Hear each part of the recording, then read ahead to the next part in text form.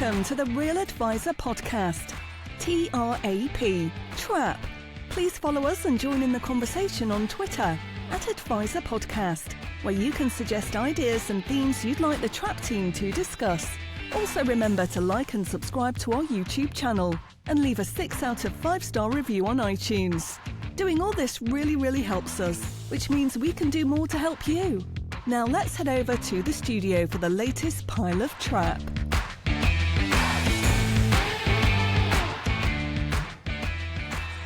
Yes, indeed, dear Trappist. Welcome back to what many people are calling episode 27 of the Real Advisor Podcast, TRAP, Trap. My name remains Lick Ninken, and joining me as ever are the three other horsemen of the apocalypse, Andy Hart, Alan Il Narratore Smith, and Carl Della Voce Widger. Now, gentlemen, we have a show packed full of absolutely nothing, so let's start unpacking it straight away with some more high-energy reviews. Chariots coming for to carry me home. Swing low. All right. Anyone see the rugby at the weekend? Anyone see the rugby? Carl, did you see any rugby at the weekend? I saw a little bit, but what I did actually see was the Rugby World Cup, or the rugby rankings. So yes, fascinating. Wow. Few movements there. Very, very proud moment for Ireland to maintain their number one status going into the World Cup. Congratulations. Well very done. much. How are you number one? How are you number one the way you're playing? 12 wins in a row and all that kind of stuff. You're beating England. That's not a win. Anyone can do that. The series win in New Zealand. Grand Slam. Anyway, the list goes on. I won't it's time for the jingle, Nick. Yeah. Ireland. Interestingly, right, let's get back on track. Interestingly, though, back on track on the Rugby World Cup rankings. So England are number 8. Nick. I know. Now below Fiji. And just for our listeners, are you looking at the sevens rankings or the 15? No. This is just this.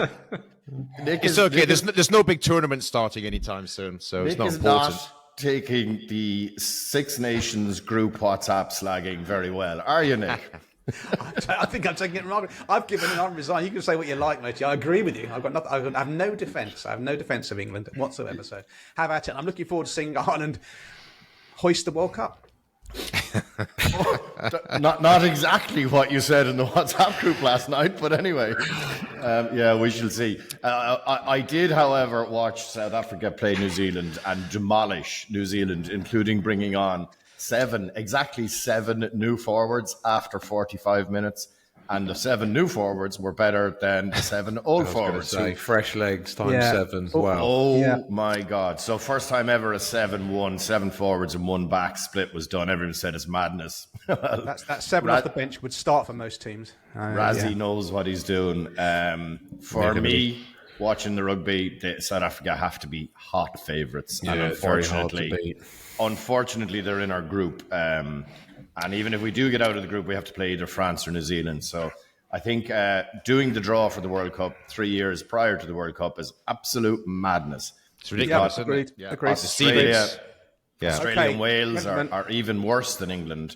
We're 4 minutes in, and they're top seeds. Right, because England aren't going well. We need to move on. Okay, right, well, no problem. I've given you 4 minutes to enjoy your peak form before a World Cup. I'm looking forward to the Irish slump that always happens during a World Cup. Okay, Andrew, some high-energy reviews of the show, please, that don't involve rugby.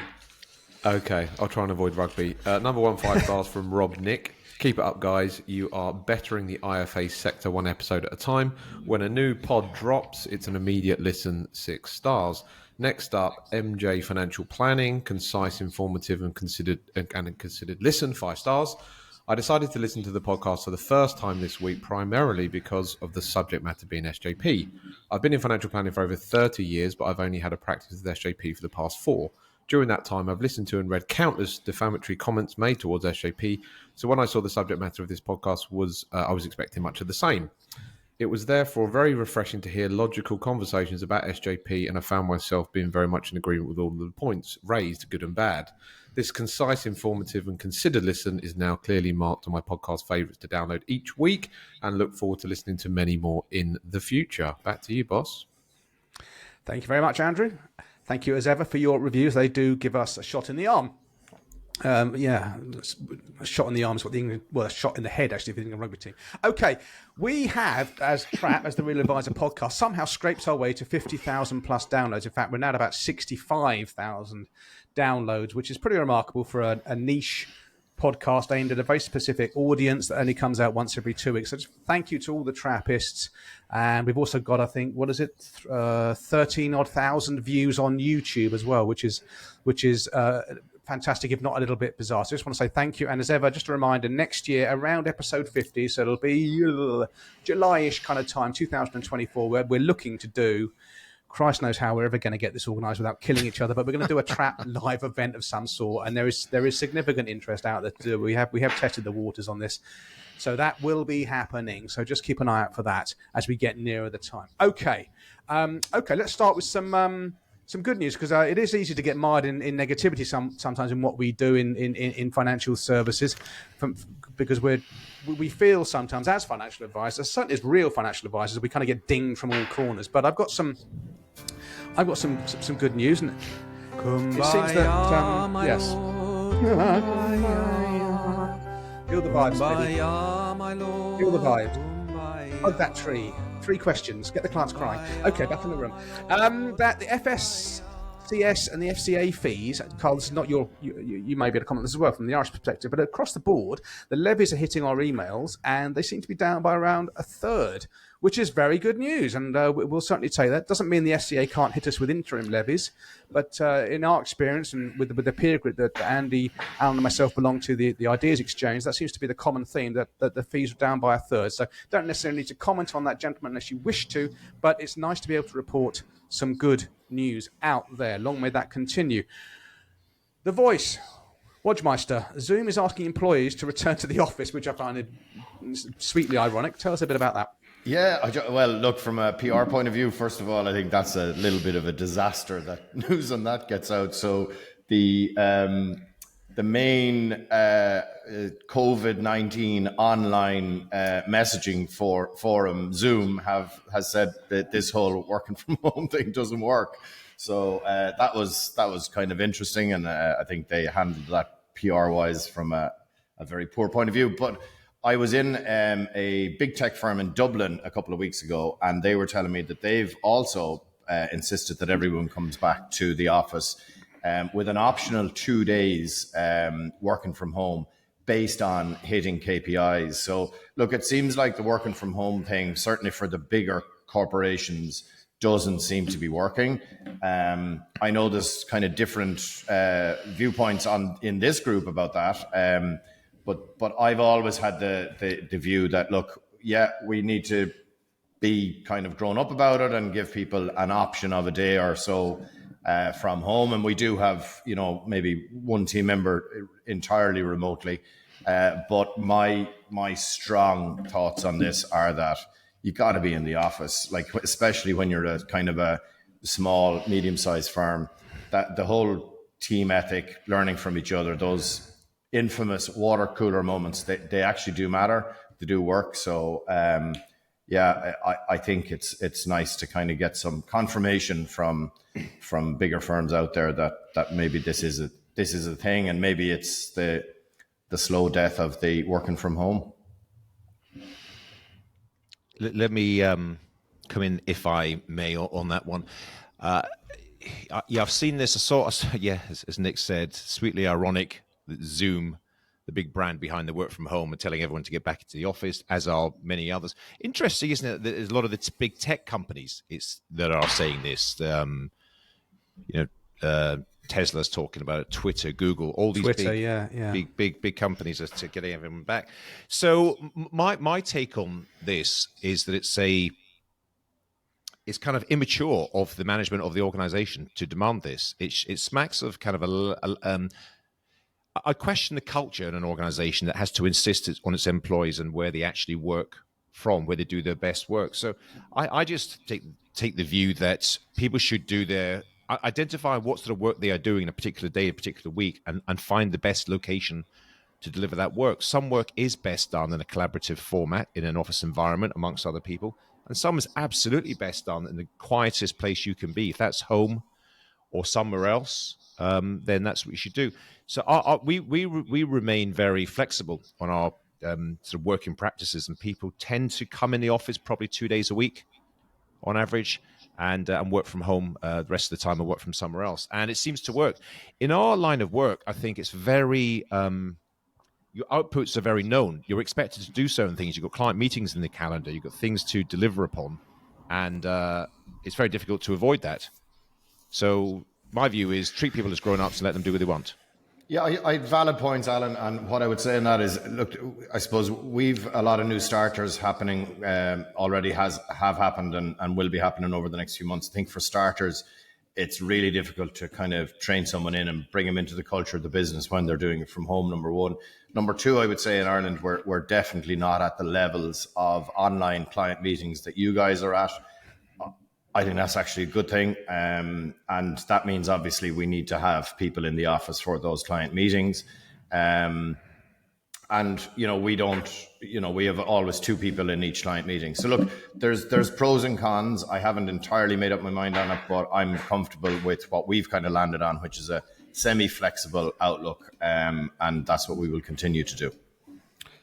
I'm a massive fan of the flexibility that obviously it allows us.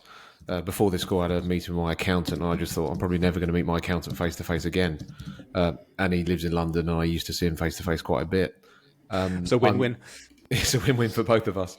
The hybrid is fantastic. So 2 days in the office or 3 days in the office, I think employees couldn't ask for anything better.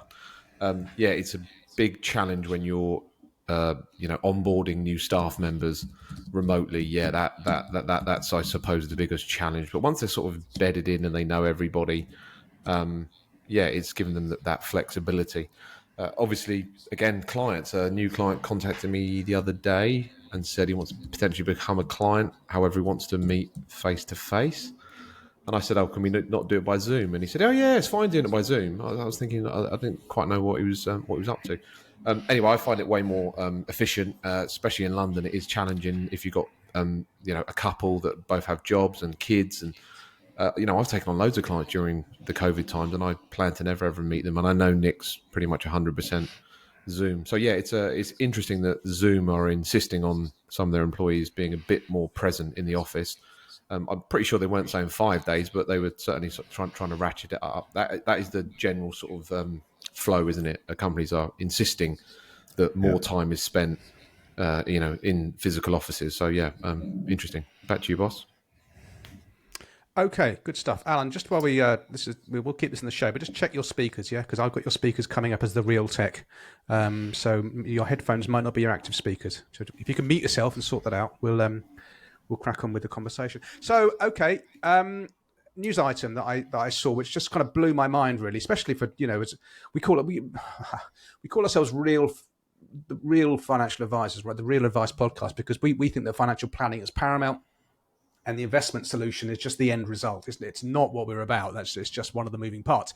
And so all of us, and I think a lot of the Trappists who listen to us have kind of refined and honed our investment proposition over the years to really cut back on the number of funds we're offering, to have streamlined portfolios that give you broad global exposure. And the Trappists, and you guys know that I've taken that to the nth degree. Now I have the one fund for my equity exposure. And I saw this article in New Model Advisor, and I had to kind of look at the headlines twice. And Scottish Widows is cutting 180 of its life and pension funds. It's not, and I had to look at it and think, do you mean they're cutting some of their 180 life and pension? No, they're cutting 180 pension funds, leaving behind God knows how many.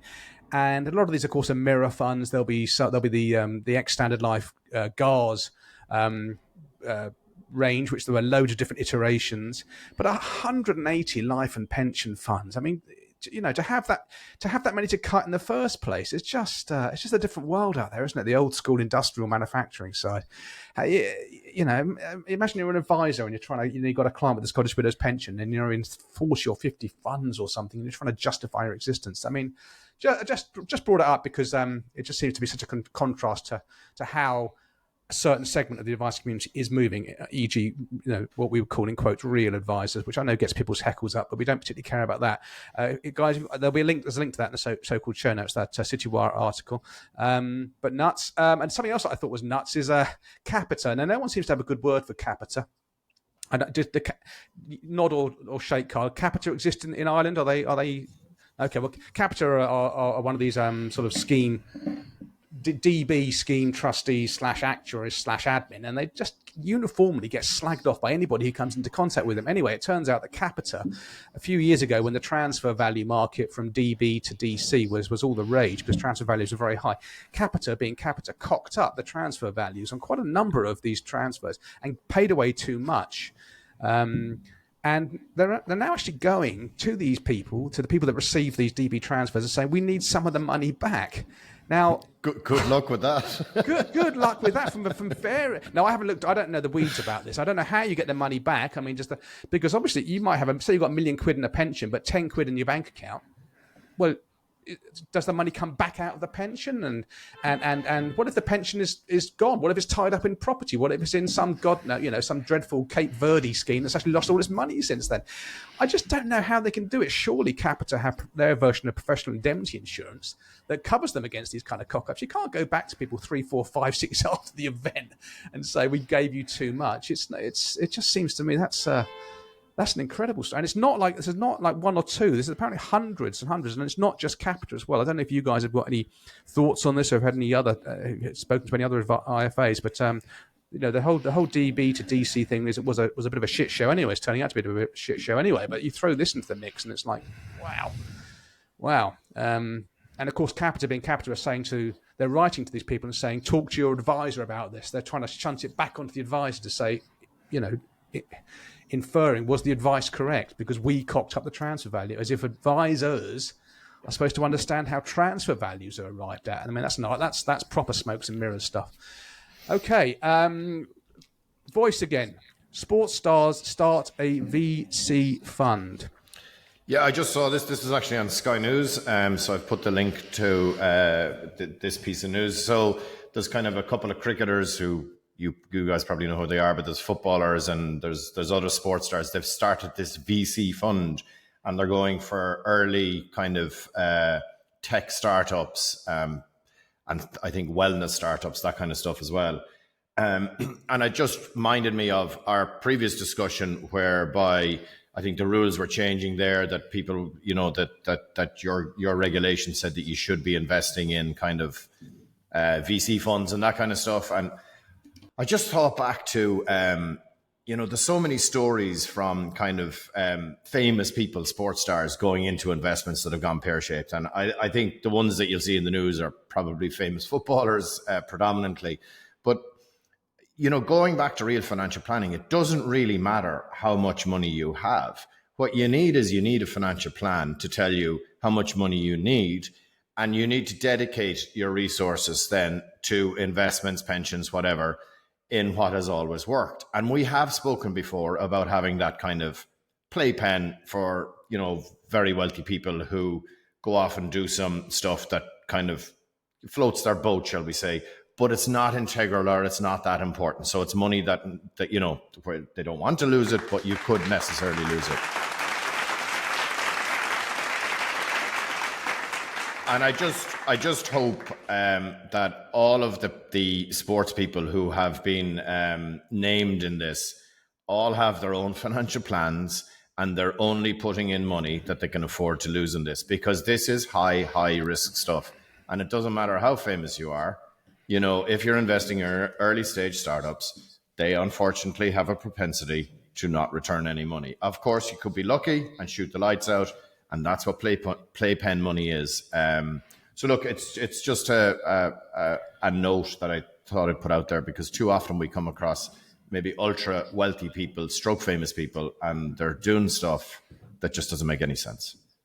Nick, interesting. I mean, last week you and I, Carl, we went out for a sherry, didn't we? And in that day, I met one of them. You met two IFAs who specialise in the field of advising sports people, have this incredibly short incredibly short careers with incredibly loads of money.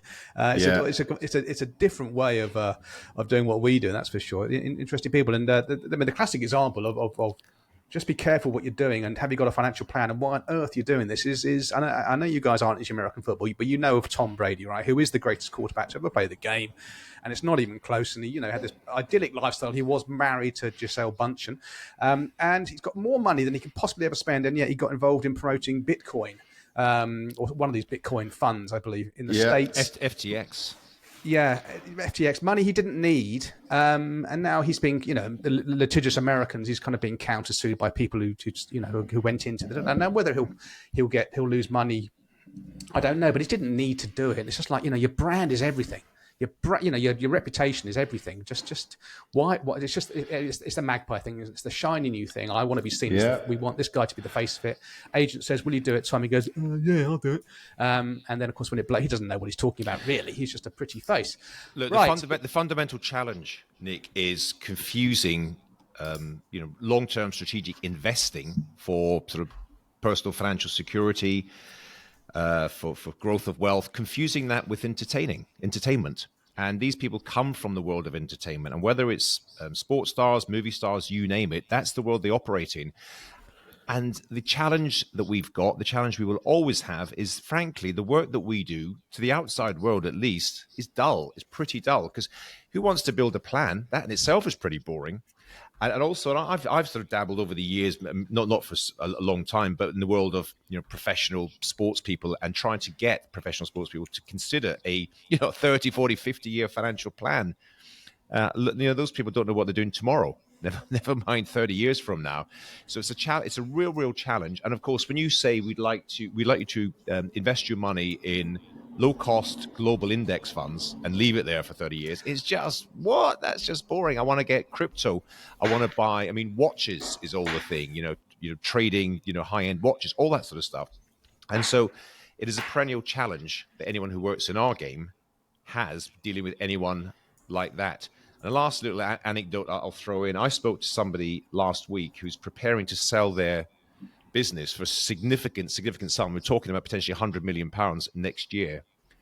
And we're talking about how they might invest their money. And he said, yeah, I know I'll do your boring stuff with you, but I really want to put some money into something that's interesting and keeps me interested and engaged. So I said, as long as you're prepared to lose all of that money, he said, yes, I am, because I have plenty to go at. And I think that's one of the issues, isn't it? Because it's just this idea of using your wealth as an entertainment vehicle rather than, go to the casino or go horse racing and do something where you can have a real bit of fun. So putting it into markets, companies, structures, whatever, that it's just, it's vaguely interesting. It's dinner party conversation, and maybe you lose it all. It's an interesting dynamic, I find. We've had this chat offline, Alan, that, that is relevant though for that guy with that amount of money. Make sure you've just got your future secured at a very high spending level and all of that kind of stuff. And if that gentleman or lady wants to invest in stuff that is of interest, knock yourself out. Just go for it, but make sure you have all the other stuff parked first. I think that's the main thing that I wanted to get across here about these kind of footballers and cricketers. And I didn't realize cricketers actually make a lot of money. That's hard for me to believe, but anyway. Well, top flight they do. It's a they real play disparity. cricket in Wales. Yeah, they do. Apparently. I think this point, this comes to something that Andy's quite strong, and it's just letting clients, if they really want to scratch that itch, let them crack on and scratch that itch. All right, it's better if it means them following through on a financial plan where most of their money is invested in boring buy and hold, stare out the window for the next 3 decades kind of portfolio. Give them a little playpen they can play with, as Alan said, on the strict proviso that you could lose all of this. Are you okay with that? And if you do, it won't ruin this financial plan we built. But let them scratch that itch and get on with whatever they want to do. I've heard different names for this over the years. Investing playpen, I think I got from Alan. I've also heard of it as a Rob account, which is like a rush of blood account. That's your Rob account over there. I prefer Alan's latest one, the Dicking Around Fund, or the Dicking Around Pot. I think it's absolutely brilliant. Like, yeah, you can have a Dicking Around pot, mate. No problem. How much? It's your DAP, your DAP. Just that fun. Just dicking around. Dicking around fund. I think it's absolutely brilliant. And then who wants to own a dicking around fund? Nobody. It's just it's framed perfectly. But, oh my god! I'm the owner of a dicking around fund. I think it's brilliant. Thank you, Alan. But you can have one on the basis that you also have your your family fortress. Your family fortress. That's what you have. This financial is it. fortress. You don't need to say financial. Triple F. Yeah. No, you don't need it. Trust me. That's extraneous. Superfluous. That's the word. Next, move on. Look at you two. Are you Tudor thesaurus? Both of you. Well done. Next to you using a knife and fork. Okay, Mr. Hart, employing professionals. Okay, yeah, somewhat. Allow me a brief story, but yeah, I've moved into a new house that's sort of been consuming my life over the last few months. So I actually viewed this house over a year ago. And when I viewed it, I liked it, but I thought it was too expensive. I put a lowball offer in, and then I ended up someone else bought it for a higher offer. And then I was viewing other houses, and I was always referring back to this one that, you know, it's the one that got away as such. And then the person pulled out that put in the higher offer for what I thought was a sort of pointless reason. And since I've owned the house, I've realised that it was a pointless reason. But anyway, so I got a call from the estate agent, I think in March. Well, the person pulled out, do you want to buy it? What's the pointless reason? There was no toilet. It was an access reason, but I won't bore you with it. Okay. So then he said, it's available. Do you want to buy it? I said, yeah, I'm going to buy it. And then obviously ensued the painful process of dealing with lawyers and property and all that sort of stuff. Anyway, I completed in May and I decided to do the place up. So for the first time, I employed an interior designer, which I've never done before. I'm a single bloke, divorced. Obviously, I want the house to be nice for me and nice for my kids. I got a few quid to do it up, so I employed an interior designer. And I basically got out of the way. You know, I allowed her to just send me links, buy stuff, and do it in the style that she thought would make sense. There's obviously a few, as I say, if I did it myself, I would have done it okay, but, you know, it wouldn't have been as nice as it is now. So the point of the story is if you're going to employ professionals, you know, let them do their work and, you know, in the end, the result will be fantastic. So the result is great. The journey's been a little bit rough because obviously you're dealing with other people in the mix and then you've got builders and all that sort of stuff. But the destination is good in the end. I mean, there's sort of funny story to it. I ordered these tiles online. I thought they looked horrendous. I thought, really, you're going to put these tiles into my kitchen? The tiles arrived. Me and the builder were looking at these tiles thinking, these are horrible. How are we going to lay them out? And he said, well, there's two options, Andy. You lay them out like bricks or you just lay them out like straight. And then we contacted the interior designer. We said, you know, these tiles have arrived. She said, right, the way we're going to do them is herringbone. And his face dropped. He thought, I've never done herringbone tiles before in that order. And then he said, oh, I'm going to have to charge you more, Andy. It's just going to take a lot more time. You know, I'm only used to doing the bricks. So anyway, he sort of tripled the amount of time he's going to put these tiles in. He charged me a load more money. And in the end, the tiles are, you know, amazing. And they make the kitchen. Whereas obviously if I had that option myself and choice myself, I would have made a complete balls up. So the point of the story is if you employ professionals, get out of the way. You know, too many people employ financial advisors and then want to dabble and, you know, blow up the plan. So the key is clients getting out of their own way. You know, so I could potentially have been a bad client. Obviously, you know, I'm rather disagreeable. So yeah, long story short, employ professionals and then get out of the way. My final topical tip is this episode is going out on Thursday the 31st, and yesterday was Mr. Warren Buffett's 93rd birthday. I'm a huge fan of Mr. Warren Buffett, so happy birthday, Mr. Buffett. 93. Let's hope you get to at least 115 and continue to share your wisdom with us every year. That's it. Back to you, boss. That's lovely. He'll probably hear that. Great stuff. That means. Do you know that?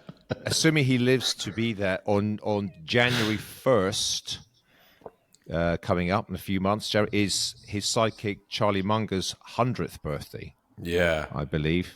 It'll be 100 on 1st of January. So don't forget to send a birthday card. Well, why don't we ask him to come on as a special guest? I think that's a great idea. Andy, will you look after that? You take care of it, because I know how good you are getting Nick Murray to attend events. On. 6 degrees of separation. We said this business is 2 degrees of separation. Surely there's someone out there who's listening to this that knows someone who's not listening to this that knows who's Charlie Munger. He's got a Charlie Munger's a close personal friend. He must be to somebody. Oh, close personal friend. There we go. Get it in. Okay, good stuff. I think we've given the topical tidbits a damn good thrashing. Let's move on to the meat and potatoes of this show. We're already half an hour in. So this is a question that's been in our hopper for quite a while from Eamon Prendergast, a Trappist who's on Twitter as @financial118. And I'll read out his question because this is going to take up the next part of the show, and it's a subject that does need addressing. Most of you have experience of organising events/seminars. I'm interested in finding out how you would set up a seminar for, say, 50 accountants from cradle to grave. This may include how long the seminar should be, best way to invite attendees, where to post the event, the structure of the event, topics you would focus on. We're looking to add additional speakers which accountants would find interesting. How would you follow up after the event? Thanks, Eamon. So there's multiple questions in there, basically. And it doesn't have to be for accountants. I think the lessons, and when I speak about this, I'll talk about this, the lessons of how to organise and then follow up on a seminar apply to whoever your target audience is. But just addressing the accountants part first, because that isn't the question from Eamon. Carl, you have experience of organising seminars for Metis Norway and also organising a seminar for accountants. Tell us, with your typical honesty, how that went. So we did a seminar event for accountants. It's ages and ages ago now, so maybe 2016, 17, something like that, right? On the basis that let's gather a load of accountants, centres of influence, and then we'll get a load of business out of that. That was kind of the name of the game.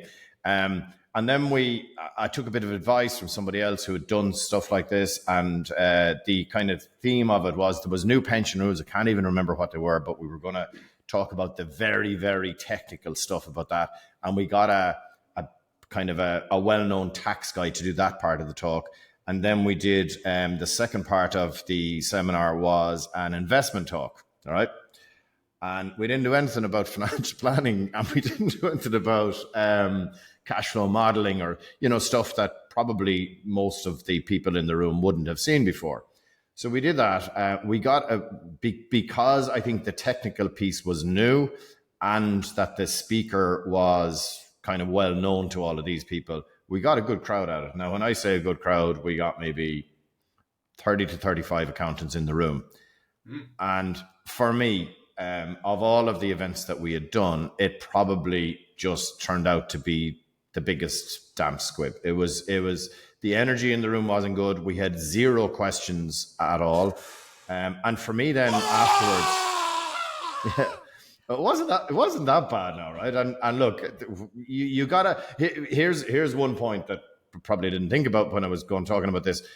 This is all the learning, isn't it? You got to make the mistakes, and your first event of all of these kinds is never going to be. You're going to be a little bit embarrassed looking back. So you just got to make the mistakes. So look, it probably did help get the Metis name out there, but what would we have done differently? We'd have definitely done some financial planning stuff, and I'm not sure the investment piece was relevant, was needed.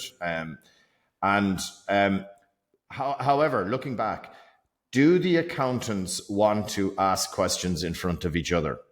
I don't think they do, for fear of looking like Jesus, I should have known that or whatever. That's a really good point.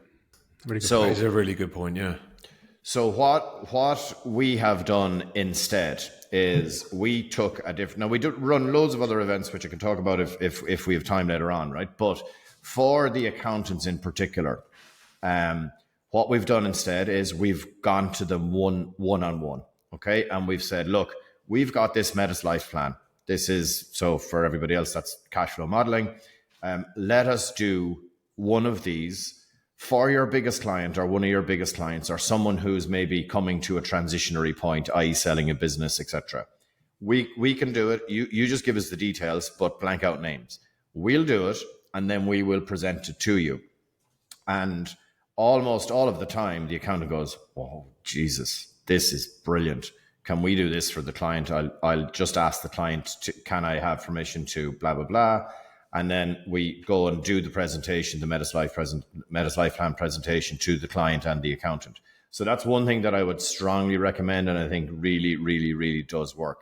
Of course, if you offer this to 10 accountants, you might get to do 2 or 3 presentations. So this is a numbers game, because accountants, after all, are very, very busy, and also they don't necessarily think that we do the great work that we actually do. So that's our challenge, is to actually show them.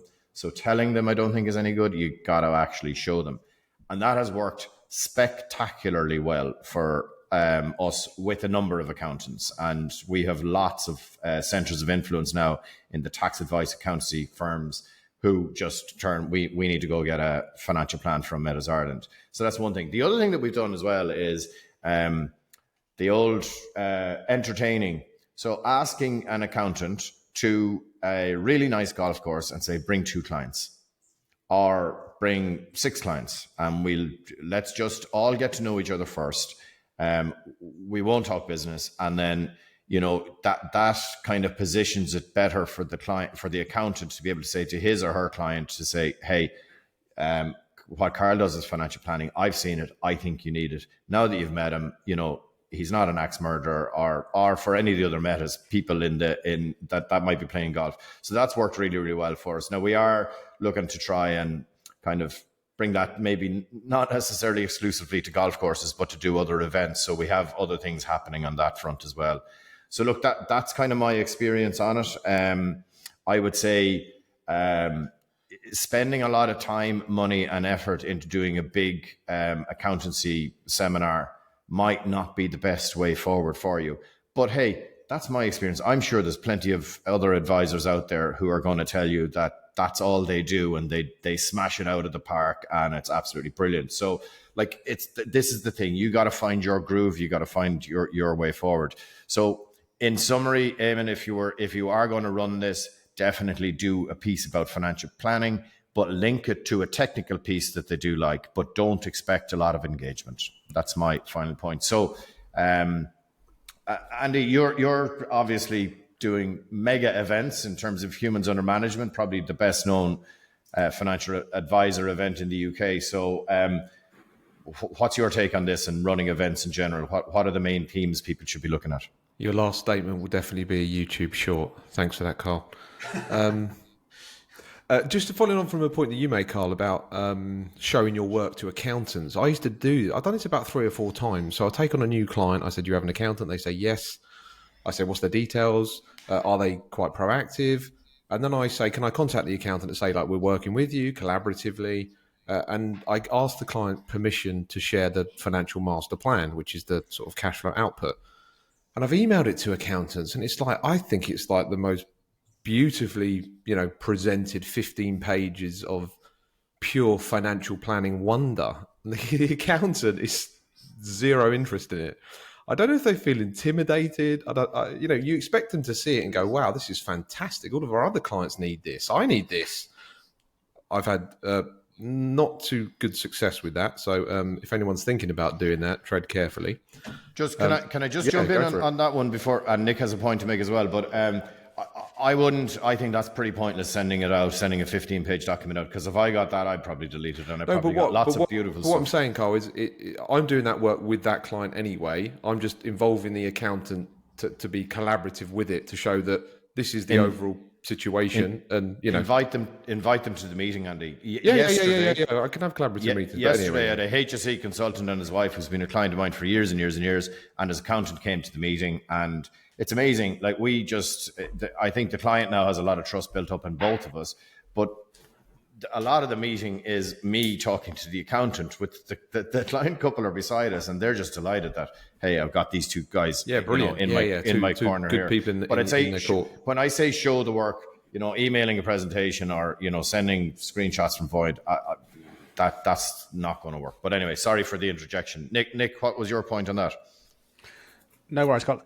Yes, my point is that I think a static financial plan doesn't ring anyone's bell, really. And if you're going to get cash flow across to accountants, I've got one accountant introduced, this lady in Berkhamsted, and she of course, accountants deal with limited company business owners, and for me, that's the ideal target market. Limited company business owners, ideally husbands and wives, right? And if you're working with those kind of clients doing cash flow, get, as one of you, the two of you alluded to, they get the accountant in on the annual planning meetings. And this lady, this accountant, she loves it. if she can see the cash flow modelling happening in real time because we share the screens and everything, then the accountants get engaged. I think a flat PDF necessarily won't do it. And that's definitely something I would do if I was running a seminar or a webinar with accountants as the audience. As you said, Carl, give them some technical stuff they can go and use. Remind them about the lifetime allowance going, remind them about the annual allowance in the UK now being 60k, because some of them won't know.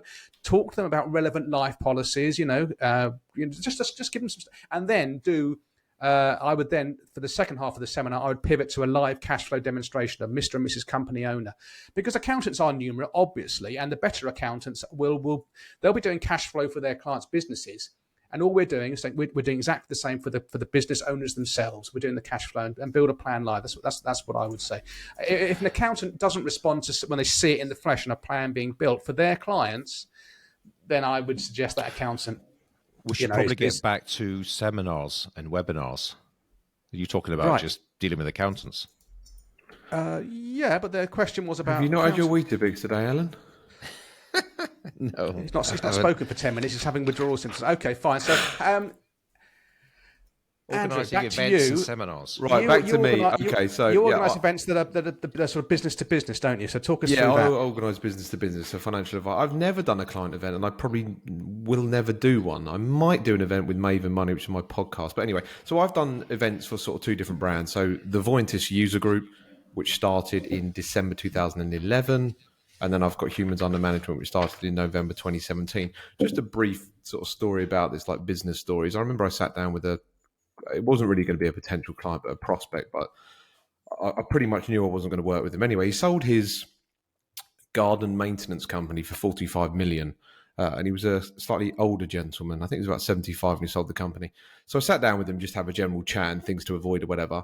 And I thought he was going to be quite confident, quite arrogant or whatever. He said, Andy, I set up this business 50 years ago with one lawnmower.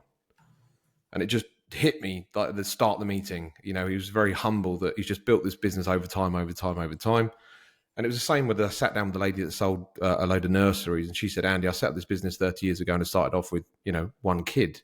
And I've just built it up and it was in my house. And then I rented it, a local place. And then I built it.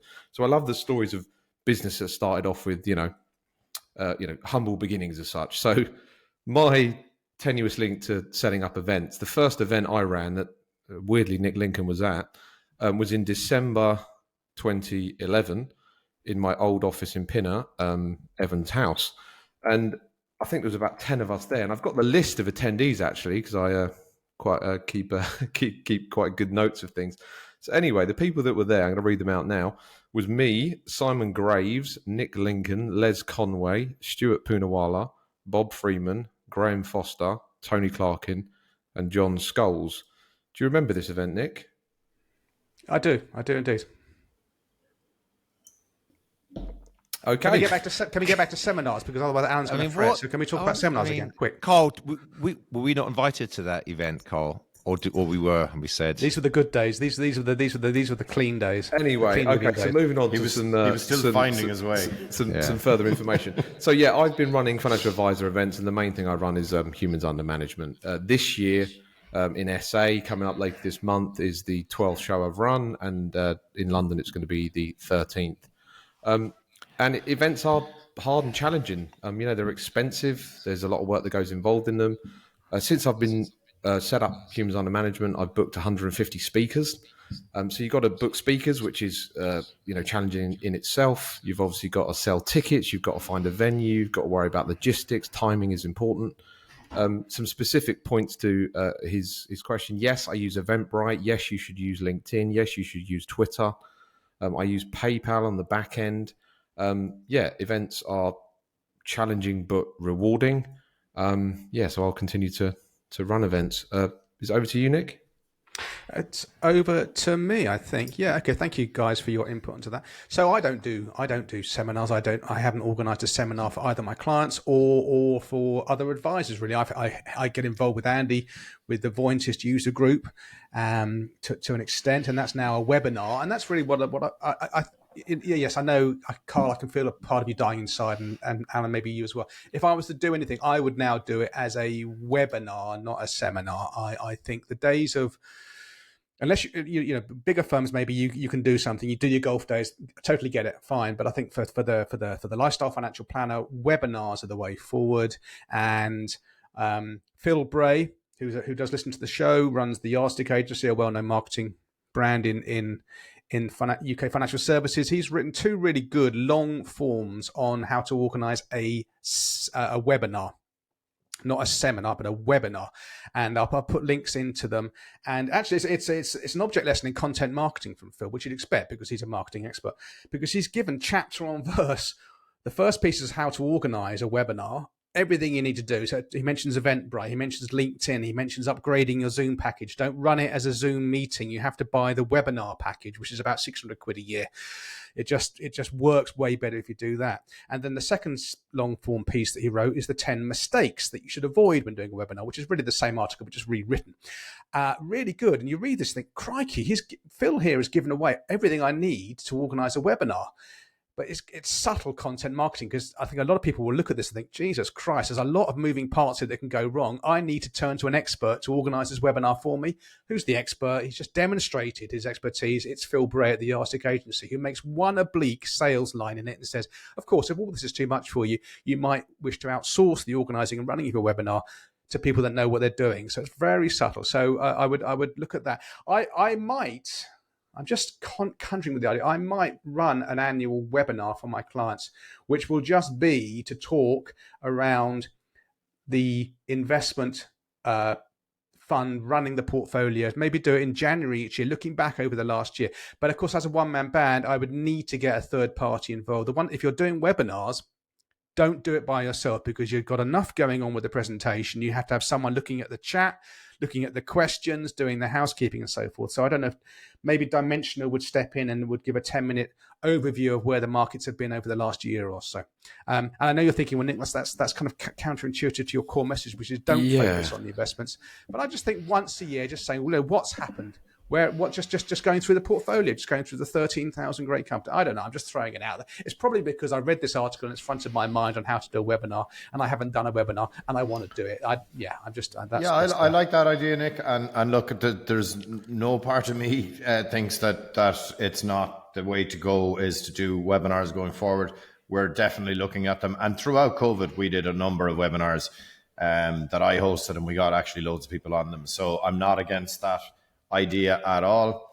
I'm just a little bit old-fashioned in that I love pressing the flesh, and I love just meeting people face to face. So, but I do understand that there is another way, and I'm not convinced it's a better way, but there's another way. And of course, we should be exploring all of the ways. So, yeah, I like that idea, and I do like the annual seminar about investments. I think that's a really great idea, actually. Yeah, and so I know we have some SJP listeners to the show, some SJP Trappists, and of course they are the past masters at organising physical seminars. That's one of their cachets, isn't it? They'll hire a country pile and they'll talk about inheritance tax planning, get a third party in, the kind of octopuses of this world.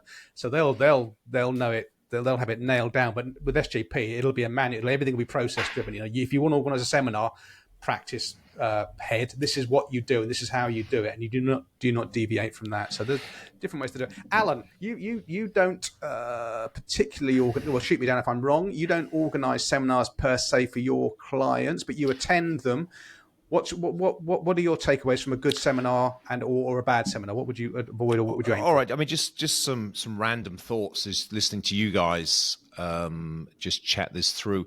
Interesting, just one thing, Nick, on the SJP thing. Famously, and I hope I'm not misremembering his name, I gather the most successful SJP advisor ever is a guy called John Cross, who famously had a chauffeur. He was driving around in the back of his Bentley, and he'd be sitting on his phone, arranging appointments. And he was the seminar king.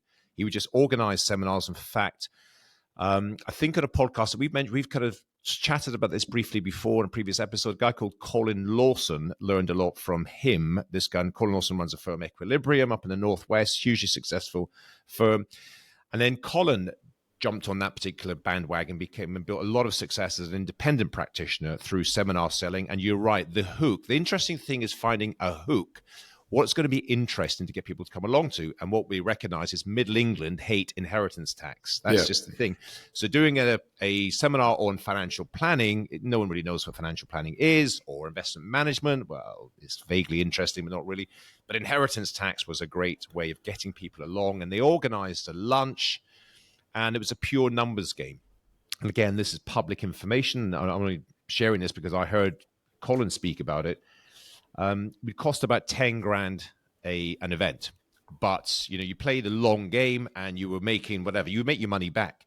What I have heard, again, anecdotally, I'm sure there's exceptions to the rule. What I've heard recently is it doesn't really work so much. That as a process has been really exploited over the years, and now those kind of Middle England people in the nice postcodes up and down the country have been to so many rubber chicken lunches that they've probably had enough, and they've been sort of they're probably engaged with a financial advisor. The majority of people who are ever going to do it probably have by now. So there's a definite move, and it's still expensive though. In-person physical events are still pretty expensive to lay on, to rent a nice place, lay on food, drinks, all the follow-up. So I gather that is moving increasingly to a digital outcome, which of course the costs are a fraction, and you still get quite a few people showing up. So I think that's quite interesting. Yeah, I mean, I think a lot of these things are personal views. I just personally am not somebody that attends live webinars very much. I don't do so. Then I think that no one else does. Although I have participated we mentioned a couple of weeks ago, I was in a live event with Stuart down in Australia, and I think it was 60 odd people, other advisors. I did one with Lee Robertson of Octo last year. There was 120 something advisors live on that at a particular time. So obviously as a medium webinar, like live webinars, and again, the article which I read briefly before that you shared, Nick, that Phil Bray talks about, is if you're going to do a webinar, do not do a pre-recorded. The temptation is to pre-record it and then just sort of publish it. But he said, no, that's missing the entire point. It needs to be live, so you have people asking questions live, and no one wants to show up at a particular time to watch a video which they could have watched on YouTube at any time that they want. So some people will, some people do. Not particularly for me. I think going back to Eamon's original question, when he talks about, he's looking for the kind of cradle to grave or the soup to nuts idea. How do you set up a seminar for, say, 50 accountants? The first question I'd be asking is, what are you hoping to achieve? Right, 250 is where you start. Well, exactly. But what are you hoping? What is the actual desirable outcome of doing this? Because to my mind, when I see that, I just think, God, that is just a world of hurt in terms of work, organization, reputational risk, but getting it wrong. Where'd you get the people? So, what are you hoping to do that you couldn't do on a one-to-one? Just kind of tying a bow on this, going back to Carl's original point, and I think Andy mentioned this as well. To some, Eamon specifically mentioned accountants being professional advisors that a lot of our clients also have, as well as us. A classic thing is, question to everyone listening to this: if they're practitioners, practicing financial planners right now, or they're working in financial planning practices, do you have a list, names, contact details, email addresses, all sorts of points of communication of every single one of your clients' accountants? Do you have that on a database, on a schedule? And are you communicating with them on a regular basis? Because I'd be doing that. I'd be just setting up a specific targeted newsletter of some description, finding high quality, relevant information, and just drip feeding that no less than a monthly basis to all the accountants of. And you'll determine over time, if you check your downloads, check your open rates, check your things you'll click through, who's actually reading this stuff, you will automatically identify accountants who are specifically interested in the work you do. If you do like a mass market shotgun style approach, I'm going to invite 50 random accountants or 100 or 200 random accountants, it's going to be a mixed bag. And as Carl experienced, you might get a bunch of them show up on a day and they might not really be engaged. You might think they're going to get free CPD or a free lunch or a free breakfast or something. So I'd be trying to identify those that are, in any group of accountants, a group of anything, there'll be some who are specifically interested. So I think that's what I'd be doing first of all. What is your desirable outcome? And I presume it's to open up professional relationships with third-party professionals who can, you can mutually refer clients across. So I think I to me, the simplest way of doing is having a high quality communication process. And maybe then once you've identified those and you've been communicating with them for 6 months or so, then do a poll. If we organize a webinar, would you be interested? What are your key subjects that you'd be interested in? What sort of time of day would you like? Would you like an in-person event? Would you like a webinar? And you get the feedback before you actually do it. You kind of sell the product before you actually create it. I think that would be one of the things I would do.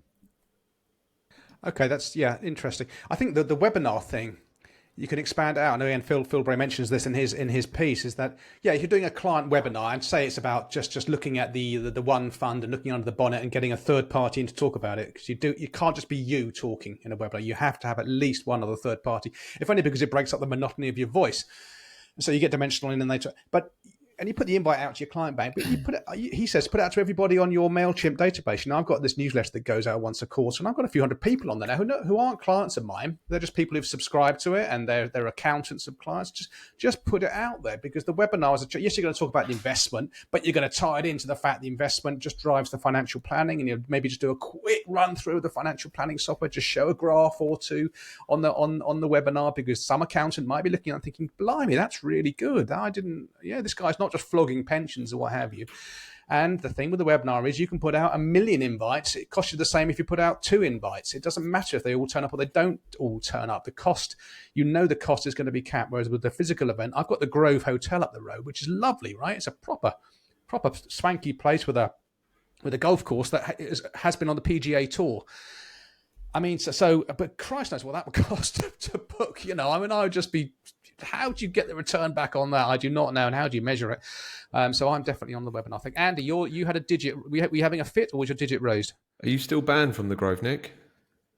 No, they've given me, as long as I can't wear that dress. It's got to be longer. It's the hem length. What's the problem? Thanks for raising that. Good man. Yeah, the Grove is wonderful. I would say to the is Eamon, don't think of this event as a one-off. That will be disaster. Like, your first event will be probably terrible. So you've got to think this is now your new way of operating. So don't think of it as a one and done. Your second event will be way better, then your third will be better. So yeah, I would stick to this rather than just thinking this is a one-off. So maybe even your first event, maybe try and get 10 in a room, build up to 50. So try and embrace this as part of your new marketing strategy rather than a one-off. 50 is brave as well. I mean, getting 50 clients in a room is brave. 50 accountants. I mean, I doubt there are 50 accountants in Hertfordshire that you really want to deal with. So I would say get 10. Get 10. Yeah, and that's probably going to be a real work of love. Guys, we've given Eamon's question a damn good thrashing there. Are we comfortable to move on to the next segment of the show? Because I can see in my little Nest camera on my screen that Posty is slogging up the mansion up the drive to Lincoln Lodge, and she's got a bulging sack of Trappist questions. So let's have a look and answer 2 more from our beloved Trappist. And who is this first one from? Let me quickly open this up. This one is from Mr. Nick Miles. He's not on Twitter, but he's on LinkedIn.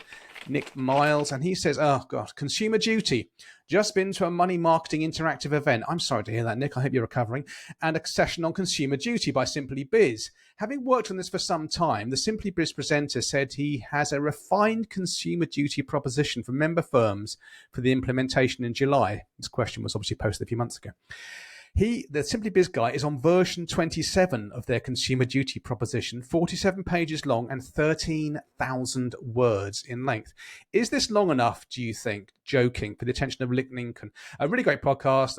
He has surged Trappist the last 9 shows in reverse order over 4 days and cannot get the Andy Hart tune out of his head. Andy, the ultra-crepidarian Andy. He knows about everything, Andy. Can't be told anything. His name is Andrew Hart. Andrew Hart! There you go, Nick. There's that earworm planted once again. Written in the back of a taxi on the way to a restaurant just outside of Cape Town. I mean, Consumer Duty, it's embedded now, isn't it? It's been and gone. I do think there's a lot of grift around it. Like all of these things, you get the grifters coming out with their 13,000 words on Consumer Duty. I can see if you're a brand or a fund manager, yeah, you probably do need a £13,000 Consumer Duty manual, because I think Consumer Duty hits you straight in the nutsack. If you're an IFA and a well-run IFA firm, I don't think you need to be spending that much time on it. He said, once again, poking the bear and asking for the FCA to give him another visit. I'm happy to move on to the next question if you are, gents, unless you've got something to add. Okay, silence is golden. The next question, who is this from? This is from a guy called Joel. Doesn't give his surname or his first name. It could be Billy Joel, for all I know. The piano man could be a Trappist. He's on Twitter as at JEU1985.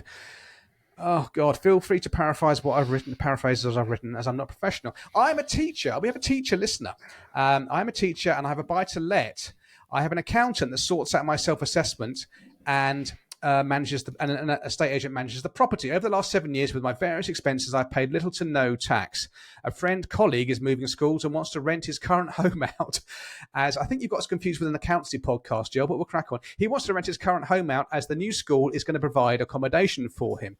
He's spoken to an IFA who was a friend of the family, who has said he should set up a limited company to get him tax benefits. I did ask him, did the IFA ask about his aims, goals and aspirations? And he'd hope he would. Apparently not. The IFA did not do this.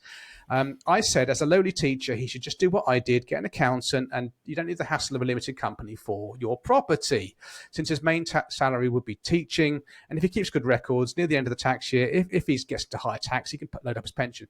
So the question he's asking is, if you have one buy-to-let property, or maybe even two, do you need to set up a limited company to manage so this really is an accountancy question. I'll go first, and you guys chip in.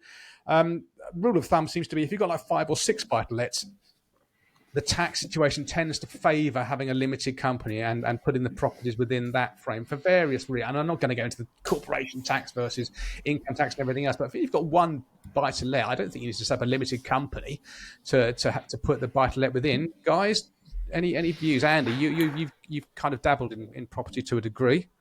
Yeah, no, I agree. If you've just got one, it's massively overcomplicating it, especially if he isn't too financially savvy. So yeah, probably, again, this is not advice, but proceed with the way that the questioner was recommending.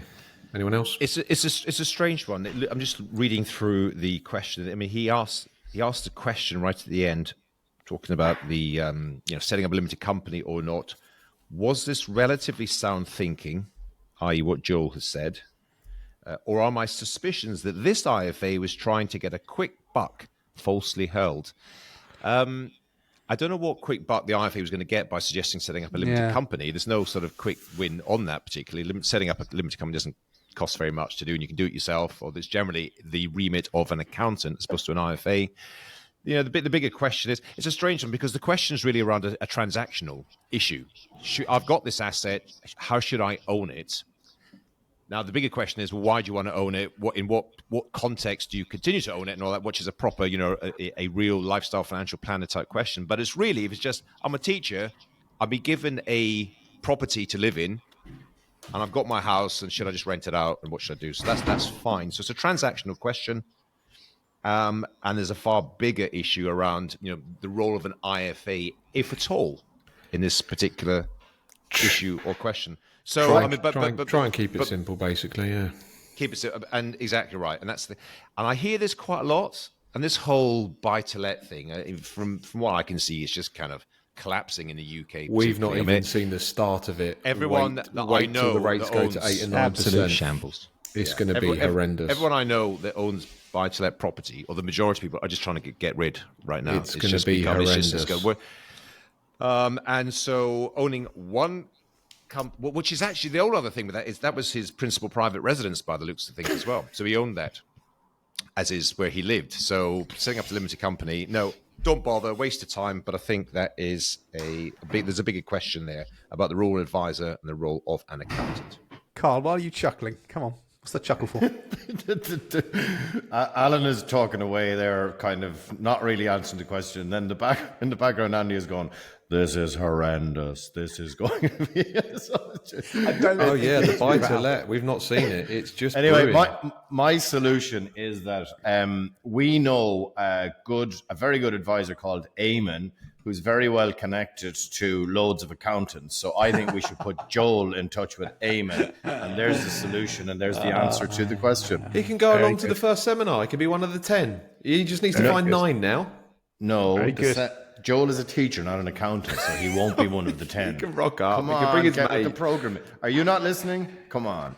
Right, good stuff. And Dan Trappist, if you've got a question, as ever, do post it in the pinned tweet. There's a link in the pinned tweet. Do we call it tweets anymore? The pinned X at the top of our X profile. You can submit your questions there, and we will get round to answering them. We still got about 15 in the hopper to get through, so just bear with us. Okay, we're now at, God help us, 64 minutes in. Let's move on to Culture Corner. Wow. Okay, Mr. Hart, Sleep Eye Watch. God, go on. Yeah, this is sort of like a tech culture corner. So I've just become a lot more intentional with tracking my sleep. I've had an iWatch for years, but I haven't activated the sleep app. I think Alan's done this and spoke to me about it. So what's an iWatch? You mean an Apple Watch?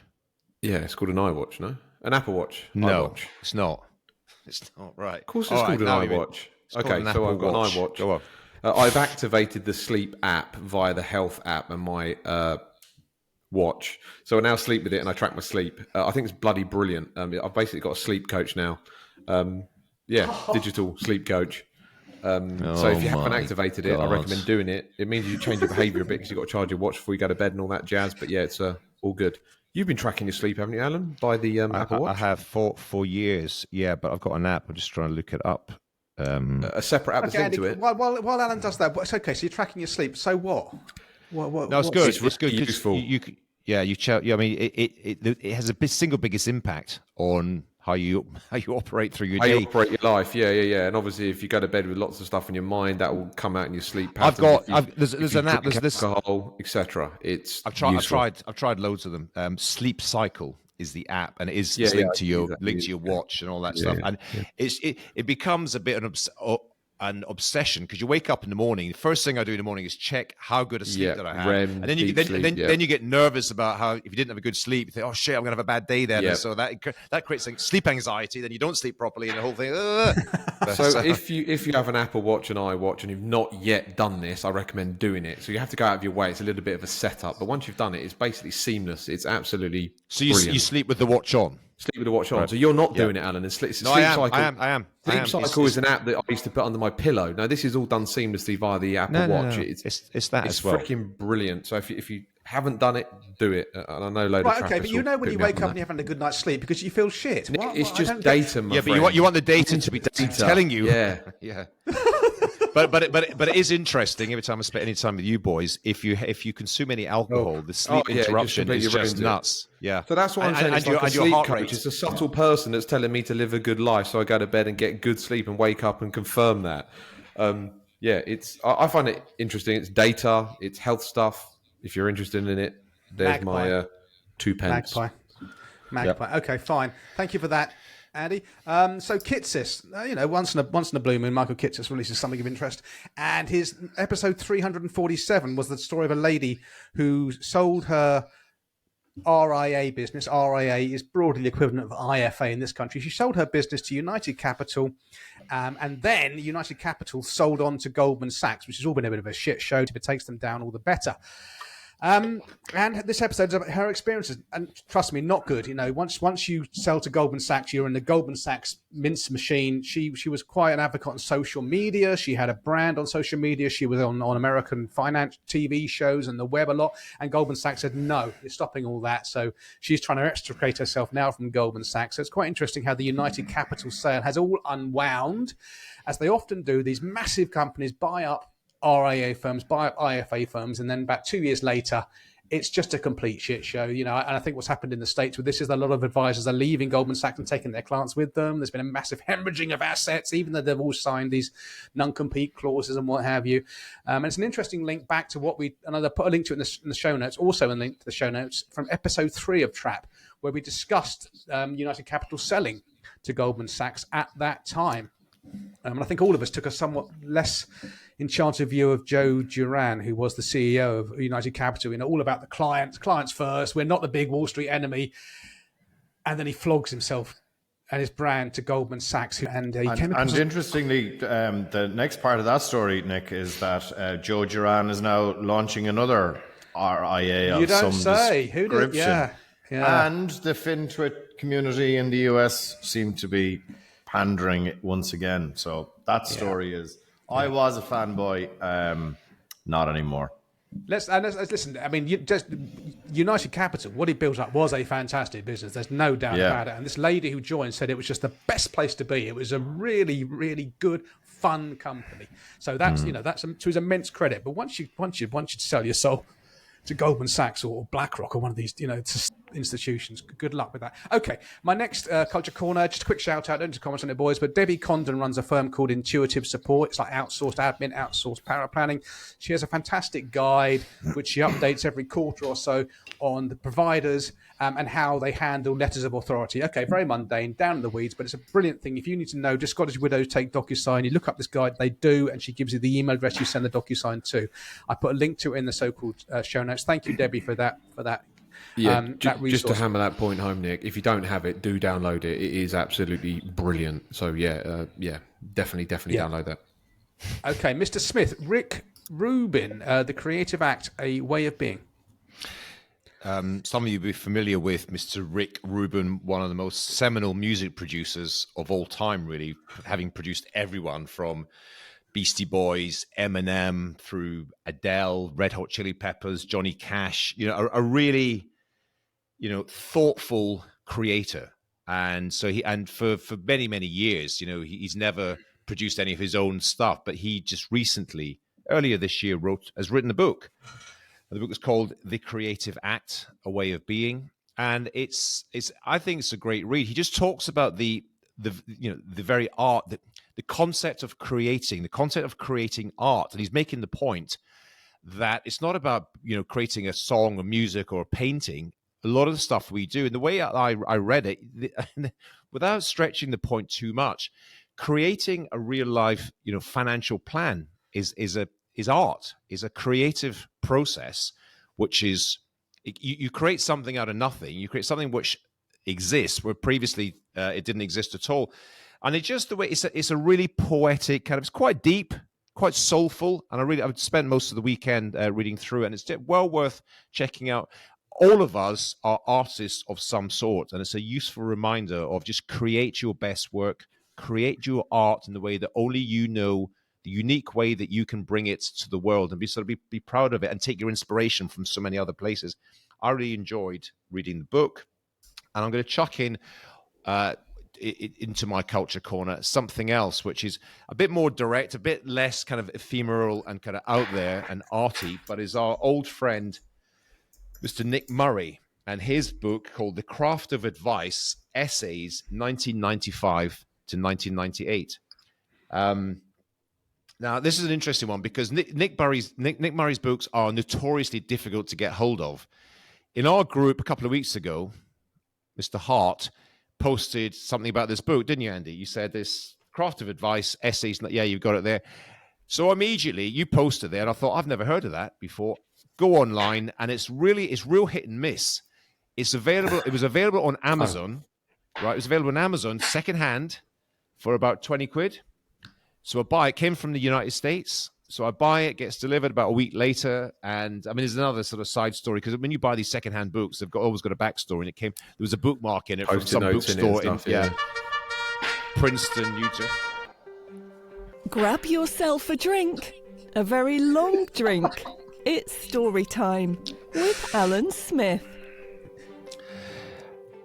No, I love the fact that buying secondhand books, particularly Nick Murray books, they themselves have got a story. So this one had a bookmark from, it's called Micawber Books, Nassau Street, Princeton, New Jersey. So I thought, I wonder who's been. And in the past, I've had them with highlighters and people got scribbled notes. The point of this being, it's a great book. They've captured all. He was writing, I think, monthly essays for a publication between 1995 to 1998. So obviously these are like 30 years old, some of these essays. One of the early ones, he was predicting, the demise of commissions, predicting the demise of so many things. He was very accurate in his predictions now 30 years later. And look, whatever we say, and people got different views, but the writing is sheer poetry. It's timeless. Just for fun, I went on again and looked to see if it was available again, and it's still available on Amazon secondhand, but now 60 quid. Someone else has posted it for 60 quid. So when you come across, every now and again, you get inspired to check out a Nick Murray book, just go online, look on Amazon, look on eBay, and you might get lucky. You might find one there and then, because there's no chance of you getting that in the normal circumstances. Speaking to Nick Murray International, whatever his company's called, and trying to get them shipped through the normal processes, no chance. And then emailing him, dear Nick, how do I get access to your book? It's not going to happen. So it's a fabulous read. It is a great book. It's a great read. A good friend of the show, Dirk Groneveld, in SA, bought I think 3 or 4 Nick Murray books, and that one arrived, and it was signed by Nick Murray. So again, someone obviously got it signed by him originally. The one I've got is signed by a Francois Tremblot. I mean, there's a whole story. We could get a cult thing, a subreddit. Nick, you need to sign it when you sell it on Amazon. Lick Ninken. He'll never sell it. And also, they're quite short chapters, so I just read like one every lunchtime. It's brilliant. I thought you were also going to mention the podcast that Rick Rubin and Rory Sutherland were on. Well, I kind of dominated, but I have put out there is Rick Rubin has got this podcast. It's quite a long name. I can't remember it, but the last episode was our dear friend Rory Sutherland. It goes on for 3 hours. Rick opens up with an open question, and then with Rory, you just basically once you ask an open question, you go away, you prep a casserole, you cook the casserole, you eat the casserole, you have a brandy and cigar, and you come back and ask the second question. And it is a bit like that, but it's a really, really good podcast. And Rick Rubin, crikey, he's talking on the podcast. He talks about Run DMC and Walk This Way and Aerosmith in 1986, I think it was. Just this introduced hip hop to the rock world, and introduced the rock world to hip hop, and just that one track would cement him. Rick Rubin as a sort of legendary producer. In that year, of course, he did produce the best ever thrash metal album, which is Slayer's Rain in Blood, which still sounds absolutely fantastic. And it comes in at 28 minutes. If you're going out for a nice romantic meal, don't put that on in the background, because it's over by the time the tureen is coming out. A great guy. Okay, what else are we doing here? The Voice, Della Voce, Dan Sullivan, Benjamin Hardy. Yeah, so I didn't put the book title, Nick, into the Culture Corner because you would have made a smart comment about it. You're going to love what the book title is. God. 10x is easier than 2x. So Dan Sullivan and Benjamin Hardy wrote this book. I didn't love it all, but there are definitely nuggets in it. I did, as usual, the Audible version of it. Some of it's not great, but there's some really good stuff. But one little nugget I loved, the way I think we all kind of have come up with our kind of explanations as to what does true wealth mean or whatever. And Dan Sullivan's is freedom of time, freedom of money, freedom of relationships, and freedom of purpose. And I just loved that. And he goes into the detail around that. And I'm definitely going to use that again.